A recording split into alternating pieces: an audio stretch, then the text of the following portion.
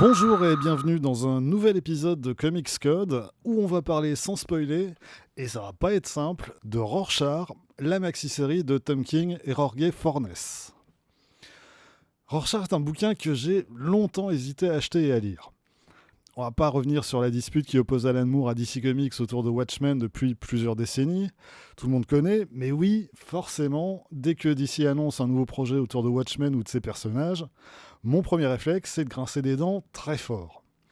Je me suis abstenu de lire Before Watchmen il y a 10 ans, et je refuse de m'approcher à moins de 50 mètres d'un exemplaire de Doomsday Clock.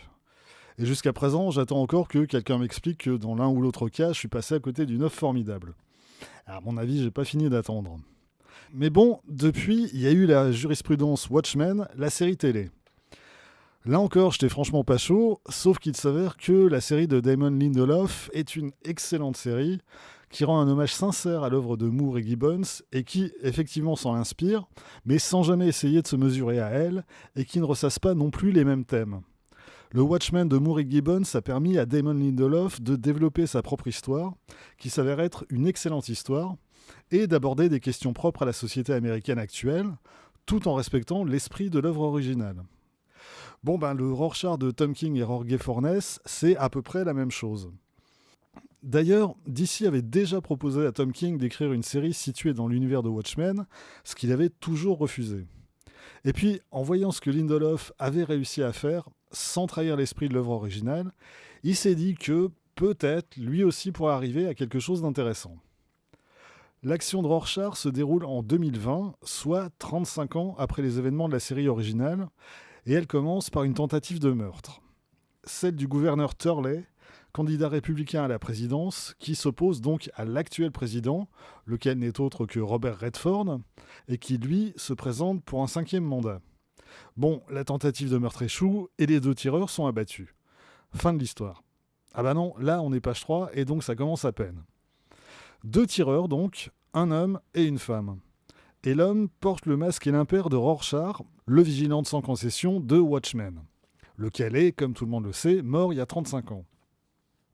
L'équipe de campagne de Turley ne faisant pas confiance aux autorités, elle embauche un enquêteur indépendant pour découvrir l'identité des 2 cadavres, leur motivation et leur éventuel commanditaire. Leur identité, on la découvre très vite. Lui s'appelle William Myerson, c'était autrefois un célèbre dessinateur de comics qui s'est retiré du monde depuis plusieurs décennies. Elle s'appelle Laura Cummings, elle n'a même pas 20 ans et elle est inconnue des services de police.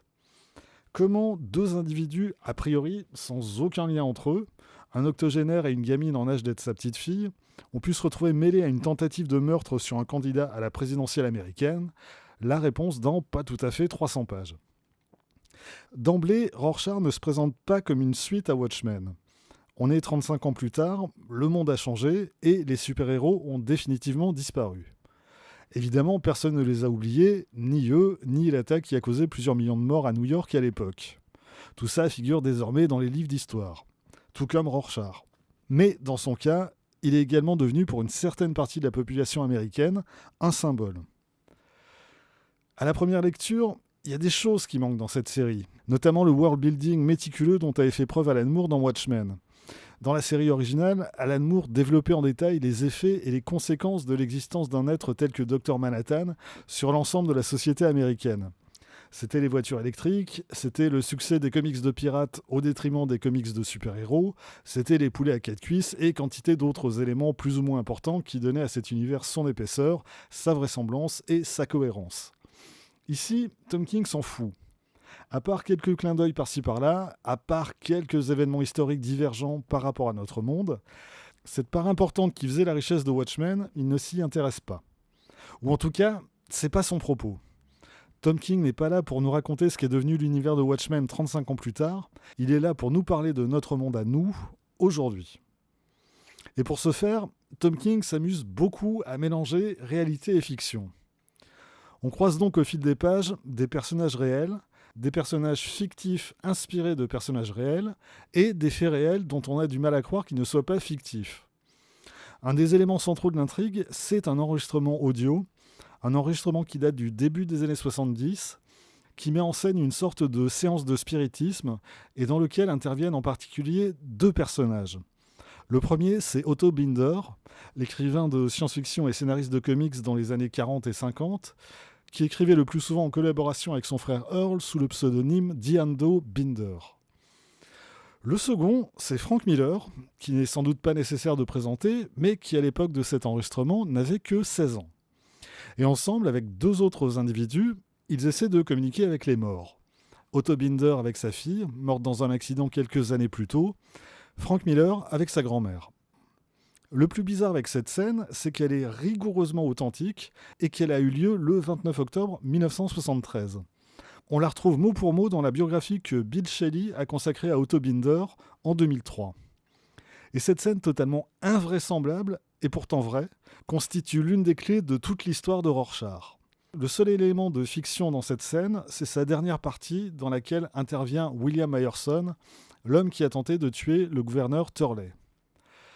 Et puisqu'on en est à parler de William Myerson, intéressons-nous un peu plus à ce personnage. Oui, c'est un personnage de fiction, mais on comprend très vite qu'il a été inspiré par un personnage bien réel, Steve Ditko. Comme lui, il a été un artiste majeur du monde des comics. Comme lui, il vit reclus dans son appartement depuis plusieurs décennies. Comme lui, il a des idées politiques radicales qu'il met en application dans sa vie de tous les jours et dans son œuvre. Mais là, on a une différence de taille entre Steve Ditko et William Myerson. Ceux qui s'intéressent ne serait-ce qu'un peu à Steve Ditko et à son œuvre le savent, il a toute sa vie été un fervent défenseur de la philosophie d'Ayn Rand, l'objectivisme, une philosophie qu'elle a développée dans les années 40 et 50, à la fois dans des essais et dans des romans, les plus connus étant Atlas Shrugged, La Grève en français, et The Fountainhead, alias La Source Vive. En quelques mots, l'objectivisme, c'est une philosophie qui défend l'idée d'un égoïsme rationnel, par opposition à l'altruisme, qui prône un capitalisme libéré de toute intervention de l'État et qui, d'un point de vue moral, ne peut pas accepter la moindre compromission. On est dans le manichéisme pur et dur, le bien contre le mal, tout noir ou tout blanc, sans aucune nuance de gris possible. C'est ce dernier point en particulier que Steve Ditko va mettre en scène dans toute une partie de son œuvre, la plus personnelle, en particulier avec son personnage de Mr. A, qu'il crée en 1967 dans le magazine de Wallace Wood, Wits End. Comme je le disais, c'est sur le plan philosophique et politique que la personnalité de Steve Ditko et celle de William Myerson divergent radicalement. Car contrairement à Ditko, Myerson ne s'intéresse pas du tout à l'œuvre d'Ayn Rand. Politiquement, il se trouverait même carrément à son opposé. La pensée philosophique qui marque toute l'œuvre et la vie de William Myerson, c'est celle d'Hannah Arendt. Là encore, en quelques mots, Hannah Arendt est une philosophe qui a fui l'Allemagne nazie dans les années 30 pour s'installer d'abord en France puis aux États-Unis, où elle a construit une œuvre qui dénonce et démonte les mécanismes des systèmes totalitaires et dictatoriaux. Son œuvre la plus connue reste aujourd'hui encore Les origines du totalitarisme, parue en 1951. Dans Rorschach, Tom King et Jorge Fornes mettent en image cette philosophie, ou plutôt l'interprétation qu'en fait William Myerson, sur deux planches qui nous font découvrir le citoyen, le personnage créé par Myerson pour illustrer et défendre ses idées, comme le faisait Ditko avec Mr. A. Un mélange de dialectique et de baffe dans la tronche. Mais au-delà du décalage marrant entre l'œuvre de Ditko et celle de Myerson, telle qu'elle est mise en scène ici, la pensée d'Hannah Arendt et sa dénonciation de toute forme de totalitarisme constituent le cœur de l'intrigue et la motivation première de ses personnages. Et du coup, en très gros, on se retrouve avec un Rorschach qui se situe politiquement aux antipodes de son prédécesseur, mais qui par contre est toujours complètement barge, et donc tout ça ne peut que très mal finir pour tout le monde. Je ne parlerai pas du tout du personnage de Laura Cummings. D'une part parce que cette critique est déjà beaucoup trop longue et que j'ai mon cours de trampoline qui commence dans 10 minutes. Et puis surtout, pour ne rien révéler sur elle et sur son histoire, je vous laisse la surprise. Mais tout de même, le duo détraqué qu'elle forme avec William Myerson est l'une des plus belles choses que nous offre cette série. Deux personnages à qui la vie n'a fait aucun cadeau, qui s'accrochent à ce qu'ils peuvent, et du coup qui s'accrochent l'un à l'autre pour ne pas sombrer, sauf que c'est justement ce rapprochement entre eux qui va accélérer leur chute et les mener au désastre. Laura Cummings et William Myerson sont des personnages a priori peu aimables, pas vraiment sympathiques, avec lesquels il est peu probable que le lecteur ait beaucoup de points communs. La force de Tom King est de nous les rendre attachants, sans rien nous cacher de leurs tares, de leurs faiblesses ou de leurs actes les moins avouables.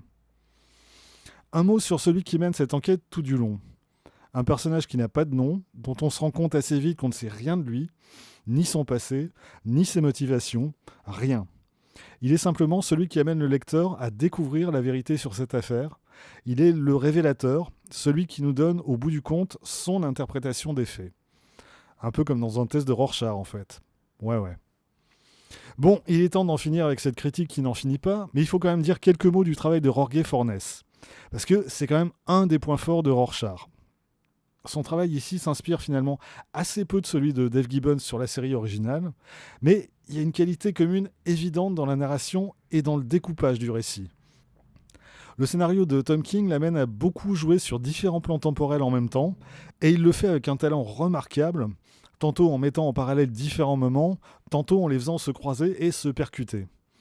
L'ambiance inquiétante et même parfois oppressante qui plane sur Rorschach lui doit beaucoup, et si le scénario de Tom King joue parfois un peu trop à brouiller les pistes, les planches de Fornes sont en revanche toujours d'une lisibilité exemplaire. Alors, DC Comics a-t-il une fois de plus fait un enfant dans le dos à Alan Moore ? Ben oui, évidemment, la question se pose même pas. Sauf que, pour une fois, l'enfant en question est très beau et qu'il n'est pas complètement con. Il joue sans doute un peu trop au malin, mais ce qu'il dit n'en est pas moins intéressant et pertinent. Voilà, pardon d'avoir été aussi long, et si mon propos peut sembler un poil décousu, c'est un peu la série qui veut ça.